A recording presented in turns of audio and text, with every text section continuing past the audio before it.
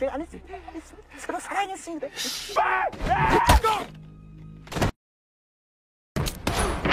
Halo semuanya, apa kabar? Saya harap semuanya sehat dan tetap semangat menjalani hidup, sekalipun mungkin ada yang baru saja ditinggal menikah oleh pacar.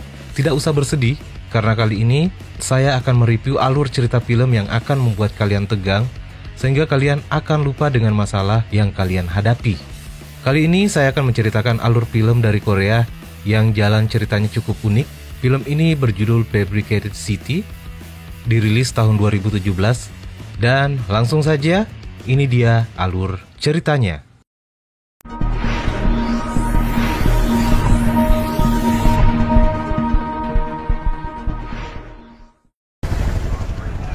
Di awal film, terlihat pasukan khusus yang bersiap untuk menyerbu daerah yang dipenuhi dengan teroris bersenjata lengkap. Pasukan khusus ini dipimpin oleh seseorang bernama Daejang. Entahlah ini istilah atau nama orang. Dan ternyata perang tersebut hanyalah sebuah simulasi hayalan dari seorang gamer yang sedang main game online di warnet. Pria ini adalah pemeran utama di film ini, namanya Kwon Yo, mantan atlet timnas taekwondo yang dikeluarkan dari timnas karena kasus kekerasan dan sekarang pengangguran dan setiap hari menghabiskan waktunya di warnet untuk bermain game. Saat sedang makan, ibunya Kwon menelpon dan menyuruhnya untuk pulang mematikan gas di rumahnya. Dengan alasan sibuk, Kwon pun menolak. Lalu ketika sedang asik bermain game, tiba-tiba sebuah smartphone di sampingnya berdering. Karena merasa terganggu dengan deringan HP tersebut, Kwon pun mengangkatnya. Ternyata yang menelpon adalah seorang cewek yang merupakan pemilik HP tersebut yang lupa dengan HP-nya di warnet. Dia pun menyuruh Kwon untuk mengantarkan HP tersebut ke rumahnya dan akan diberikan hadiah.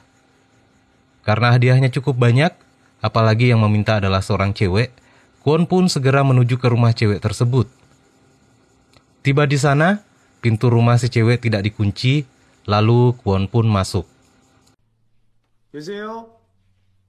Di dalam, si cewek sementara sedang mandi dan menyuruh Kwon untuk meletakkan HP-nya di atas kasur dan mengambil uang imbalannya di sana.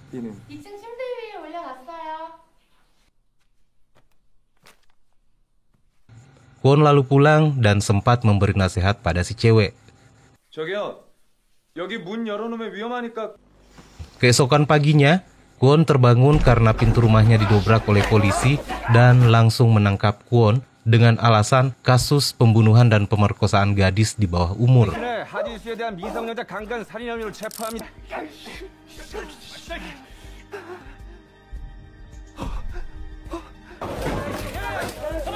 Saat akan dibawa masuk ke dalam kantor polisi, terlihat begitu banyak wartawan yang datang untuk menanyai Kwon. Beritanya pun langsung viral. Di kantor polisi, ibu Kwon datang dan melihat anaknya, namun tidak diperbolehkan. Sementara itu, Kwon yang masih menyangkal atas tuduhan tersebut, kemudian diperlihatkan barang buktinya oleh polisi.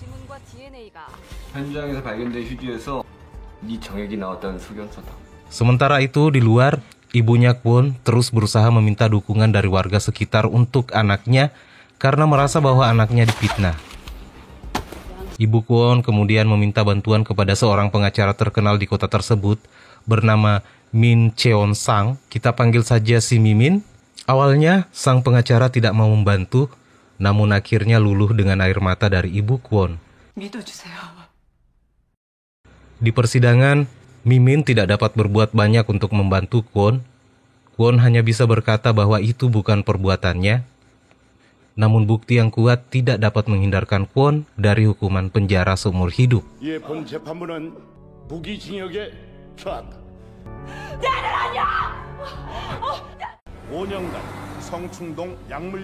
Di dalam penjara, Kwon ditempatkan pada penjara level 1 untuk kasus pembunuhan. Di hari pertamanya di penjara, Kwon harus menghadapi kekejaman dari geng penjara yang dipimpin oleh Madeak So. Kita sebut saja Madak. Madak memanggil dan menginterogasi Kwon.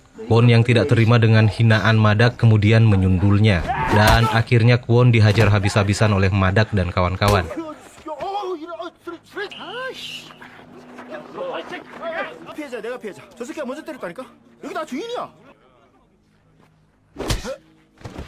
Kepala penjara lalu memasukkan Kwon ke dalam kurungan isolasi karena Kwon telah menyebabkan keributan.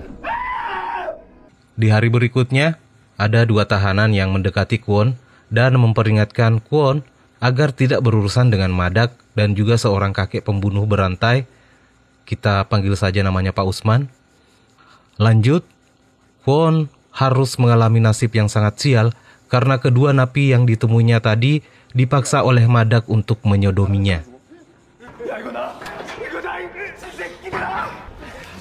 Karena sangat tertekan dan sudah mulai putus asa, apalagi perawannya pecah oleh 2 napi tadi, Kwon nekat untuk bunuh diri. Sementara di luar penjara, ibunya masih berjuang mencari keadilan untuk Kwon. Pada suatu hari, ibu Kwon dan Mimin datang mengunjunginya dan memberi semangat untuk tetap bertahan karena ibunya mendapatkan telepon dari seseorang yang mengatakan bahwa orang tersebut punya bukti alibi yang bisa membuktikan bahwa Kwon tidak berada di TKP saat kejadian tersebut. Hal ini kemudian membuat Kwon semakin semangat. Kwon akhirnya sudah mulai terbiasa dengan siksaan Madak dan gengnya. Tanpa diduga, Pak Usman yang merupakan salah satu orang yang juga ditakuti di dalam penjara mendekati Kwon. Pak Usman tertarik dengan Kwon yang memiliki daya tahan tubuh dan fisik yang kuat. Pak Usman juga tahu kalau Kwon bukanlah seorang pembunuh. Kwon pun menjadi semakin kuat dan tahan pukul dan mulai percaya diri. Akhirnya suatu ketika, saat Kwon akan kembali disiksa oleh Madak dan kawan-kawan, sepertinya mulai akan melakukan serangan balik. Kwon menggunakan senjata rakitannya sendiri untuk melawan anak buah Madak.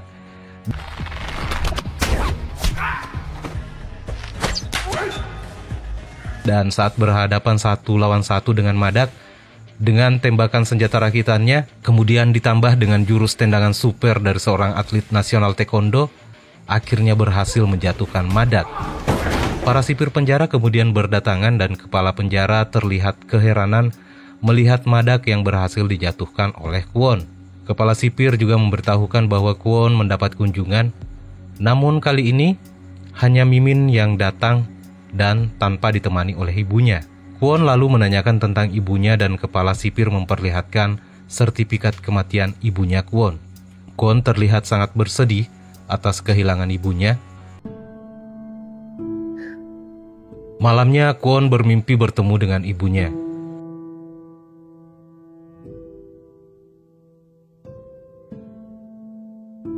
Keesokan harinya terlihat Kwon sangat tidak bergairah. Perasaannya seperti sangat hancur. Anak buah Madak kemudian membuat keributan yang bertujuan agar bos mereka yaitu si Madak bisa dengan leluasa menghajar Kwon demi membalaskan dendamnya yang sudah diberikan tendangan super dari Kwon. Madak kemudian mendekati Kwon yang terlihat sangat suram. Saat Madak akan menyerang dengan pisau, ternyata Kwon sudah tahu hal tersebut dan dia lebih dulu menyerang Madak dengan pisau dan melukai pipi kirinya. Lalu kepala sipir memperingatkan Kwon untuk meletakkan pisaunya, namun Kwon justru menikam dirinya sendiri. Kwon dan Madak kemudian dilarikan ke rumah sakit terdekat. Ternyata hal ini semua sudah diatur oleh Kwon dan dibantu oleh Pak Usman agar Kwon bisa melarikan diri. Akhirnya Kwon kemudian menyerang petugas yang juga berada di dalam ambulans. Karena supir ambulansnya terluka, dia tidak mampu mengendalikan mobil dan akhirnya mobilnya oleng lalu terbanting. Seluruh penumpang terluka. Kwon kemudian keluar dan berjalan untuk melarikan diri. Namun saat akan kabur, ternyata kepala penjara masih tersadar, lalu dia pun menodongkan senjatanya kepada Kwon. Namun entah karena apa kepala penjara tidak menembaknya, justru membiarkan Kwon kabur. Kaburnya Kwon menjadi berita yang sangat heboh.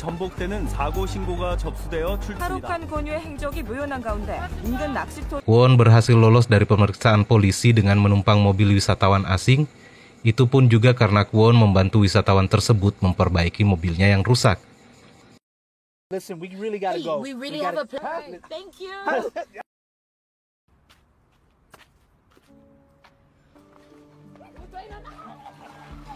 Scene berikutnya, Kwon pergi menemui Mimin di kantornya dan menanyakan tentang orang yang memiliki video alibi yang pernah dikatakan oleh ibunya saat mengunjunginya di penjara. Menurut Mimin, itu merupakan laporan palsu dari anak-anak yang iseng. Dan hal itulah yang kemudian menyebabkan ibunya mulai putus asa hingga akhirnya bunuh diri. Mimin kemudian memberikan kalung peninggalan ibunya kepada Kwon. Dan ternyata Mimin sudah melapor ke polisi tentang kedatangan Kwon. Untung saja Kwon sudah lebih dulu kabur sebelum polisi tiba. Lanjut, Kwon kini sedang berada di warnet dan memeriksa emailnya. Di sana dia menemukan sebuah video dokumenter yang menjelaskan bahwa dirinya tidak berada di lokasi kejadian dan tidak bersalah. Video ini dikirimkan oleh teman gamenya bernama Tailbo. Tailbo kemudian mengajak Kwon ketemuan. Kwon kaget ketika tahu bahwa Tailbo adalah seorang perempuan. Dan karena dia perempuan, jadi kita ganti namanya saja menjadi Lastri. Lanjut, Lastri kemudian mengajak Kwon ke rumahnya. Di sini kemudian diketahui bahwa Lastri adalah seorang hacker.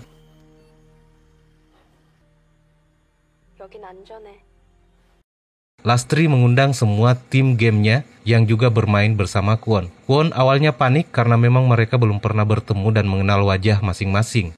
Di sini mereka memperkenalkan diri dan akan siap untuk membantu Kwon.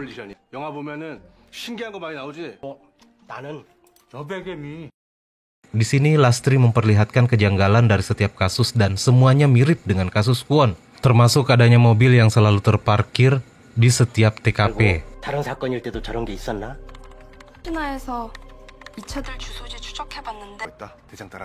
Kwon dan Demolition mendatangi alamat truk yang sudah diberikan oleh Lastri. Mereka melihat mobil Audi yang mencurigakan dan Kwon lalu mengikuti mobil tersebut. Mobil itu menuju ke sebuah villa mewah.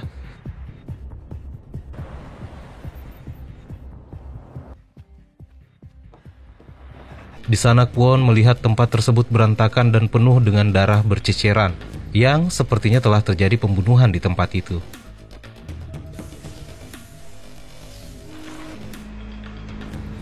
Demolition yang masih berada di tempat pembuangan mobil melihat mobil Audi tersebut kembali dan ada satu truk yang mencurigakan.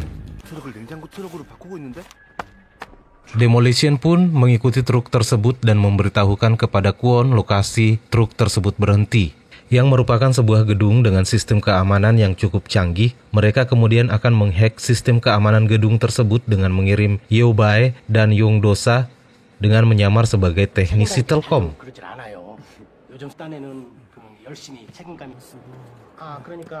Dan setelah Lastri berhasil meretas seluruh sistem keamanan di sana, Kwon mulai masuk.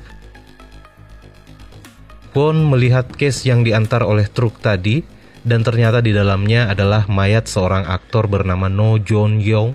Kemudian datanglah sebuah tim yang terlihat sepertinya sedang merekayasa tempat tersebut, seolah-olah menjadi sebuah TKP pembunuhan. Tanpa diduga, ada CCTV yang melihat keberadaan Kwon di sana. Dan yang melihatnya ternyata adalah si Mimin. Si culun ini ternyata yang mengatur semuanya. Dia yang membuat TKP palsu tersebut. Dan asistennya yang bertugas untuk mencari korban yang akan dijadikan sebagai kambing hitam pembunuhan, dengan targetnya adalah pengangguran dan karyawan tidak tetap.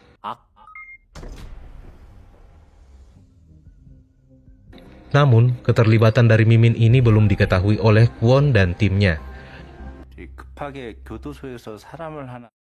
Scene selanjutnya, tim Kwon mulai menyelidiki tentang apa yang sudah mereka temukan pada TKP palsu tadi.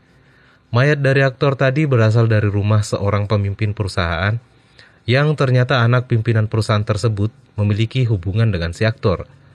Lalu Kwon menyuruh Lastri untuk mencari data dari sidik jari yang ditemukannya di apartemennya si aktor.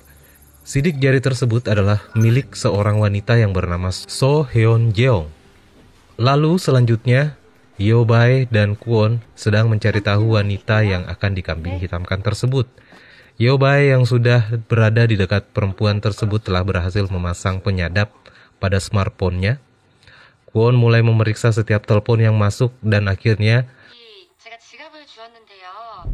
Kwon mendapat telepon yang mencurigakan, yang suaranya sangat mirip dengan orang yang dulu menelponnya dan menjebaknya saat di warnet. Kwon lalu meminta kepada Lastri untuk melacak lokasi dari penelpon tersebut.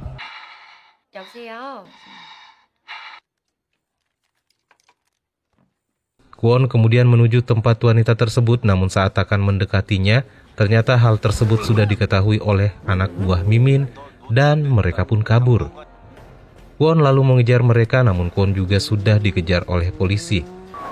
Mobil Kwon tiba-tiba macet dan polisi kemudian mengepungnya. Lalu, tiba-tiba sebuah truk menghantam mobil polisi dan ternyata itu adalah ulah dari Babang Madak. Madak pun membawa dan kemudian menyiksanya. Lalu tiba-tiba polisi anti-teror datang ke lokasi karena menerima telepon dari seorang perempuan yang katanya sedang diculik di tempat tersebut. Padahal itu adalah ulah dari Lastri. Setelah polisi masuk, Kwon berhasil meloloskan diri. Tiba-tiba Lastri kemudian datang menjemput Kwon.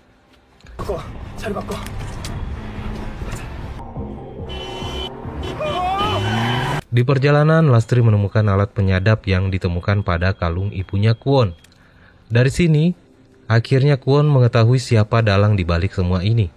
Dan ternyata, Bang Madak dibebaskan dari penjara oleh pengacara Min dan ditugaskan untuk menangkap Kwon dengan imbalan kebebasan penuh jika Kwon tertangkap. Kwon dan tim kemudian mulai menyelidiki kantor Mimin dengan mengirim drone untuk mendengar percakapan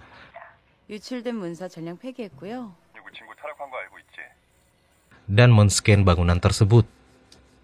Dan ternyata di sana terdapat sejenis server yang digunakan untuk mengontrol seluruh data yang ada di kota tersebut. Lastri kemudian mencoba menghacknya, namun tidak mampu. Dan ini hanya bisa dilakukan jika langsung masuk ke dalam dan mengcopy datanya. Sementara itu, Madak masih terus mencari Kwon. Di scene selanjutnya, tim Kwon mulai mengacaukan TKP. Kemudian tim Kwon mulai merusak semua rencana Mimin.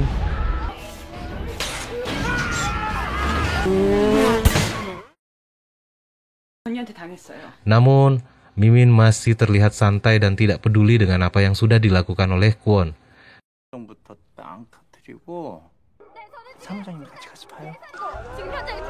Tapi ternyata Yeri, sang pembunuh sebenarnya, sudah diculik oleh Kwon dan membawanya ke TKP tempat si mayat aktor ditemukan dan mengakibatkan Yeri ditangkap. Lalu kemudian Kwon menelpon Mimin. Mimin terlihat sangat gusar dan marah karena rencananya telah digagalkan. Mimin melihat keanehan pada asistennya, lalu Mimin kemudian berlari menuju ruang kontrolnya, dan saat akan masuk, tiba-tiba Kwon sudah berada di sana dan akhirnya ikut masuk ke dalam ruangan tersebut. Dan sebelum lanjut, untuk kalian yang belum subscribe, silakan subscribe dulu agar saya semakin semangat untuk menceritakan alur film selanjutnya. Lanjut, Kwon kemudian menghajar Mimin dengan segenap tenaga hingga wajah Mimin benar-benar hancur. Kwon kemudian melihat rekaman video saat sebelum masuk penjara dan rekaman ibunya saat masih memperjuangkan Kwon. Dalam kondisi wajah yang sudah sangat bonyok, Mimin masih sempat memprovokasi Kwon dengan mengatakan bahwa dalam video tersebut juga terdapat video saat ibunya dibunuh. Dan ternyata di luar sana, Madak dan gengnya sudah menangkap semua anggota Kwon. Kwon kemudian memasukkan sebuah flash drive ke komputer raksasa Mimin, karena ini adalah tujuan utamanya untuk datang ke tempat Mimin, namun karena datanya cukup banyak maka akan butuh waktu yang lama. Sementara teman-temannya menunggu untuk diselamatkan. Akhirnya Kwon pun meninggalkan Mimin dan pergi menyelamatkan temannya. Dalam perjalanannya, Kwon ditelepon oleh Mimin dan memberitahukan bahwa Lastri akan dijadikan sebagai kambing hitam atas pelaku pembunuhan si aktor. Madak yang sudah menyandera para anggota Kwon akan segera dieksekusi. Saat akan menembak, ternyata Madak memiliki skill menembak yang sangat buruk, sehingga tak ada satupun rekan Kwon yang terluka. Dan saat Madak kembali akan mencoba menembak, tiba-tiba saja listrik padam. Dalam keadaan sangat gelap gulita, Kwon kemudian menghajar satu persatu anggota gengnya si Madak.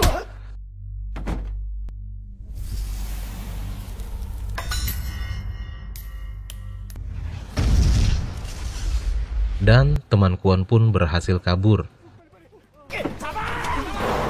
Pengejaran timnya Bang Madak pun kembali dimulai.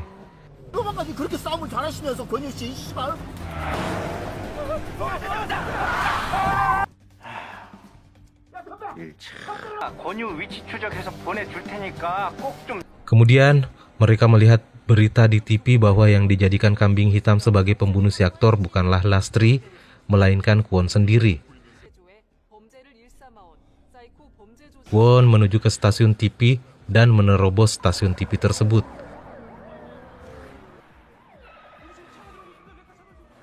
Tiba di sana, tim Kwon pun kemudian berpencar dan berusaha mengulur waktu agar Lastri bisa mengakses data dari server si Mimin.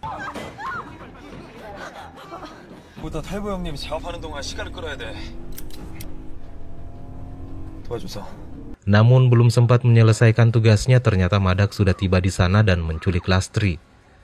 Kwon pun segera pergi untuk menyelamatkan Lastri.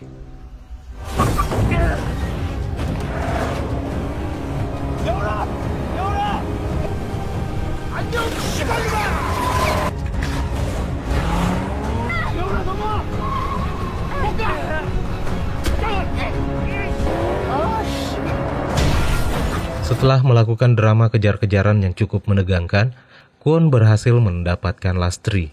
Mereka pun kembali menuju ke stasiun TV dan Lastri kembali masuk untuk menyelesaikan tugasnya. Kwon kembali dikejar oleh polisi dan Kwon menghentikan mobilnya dan menyerahkan diri.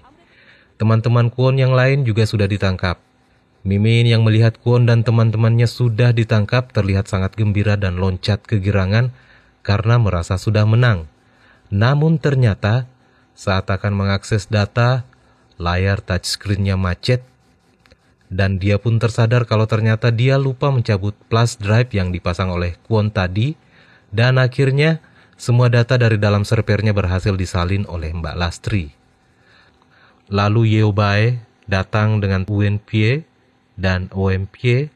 Kedatangan mereka ternyata untuk menyiarkan segala bentuk kejahatan dari Mimin yang akan diunggah oleh Lastri dari data yang sudah didapatkannya dari server Mimin. 희대 살인마에서 단독으로 보도합니다. 오늘 잔인하게 살해한 권유, 과연 진실일까요? 뭐를 쳤습니다.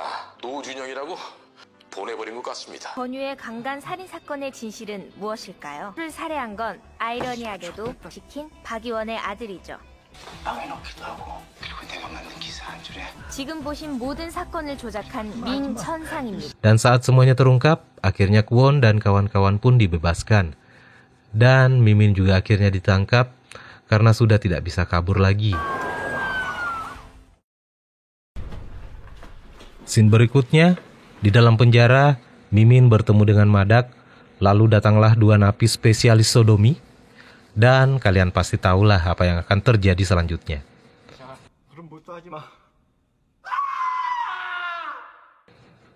Belum habis. Di scene selanjutnya terlihat pasangan wisatawan asing yang pernah menolong Kwon terlihat sangat gembira karena melihat mobilnya terparkir di sana beserta kuncinya dan sangat mulus karena mobil tersebut sudah dipermak di bengkel ketok Magic. Dan di tempat lain Kwon dan timnya berkumpul dan bergembira bersama, di mana Kwon sesekali melihat bayangan ibunya dan film pun tamat.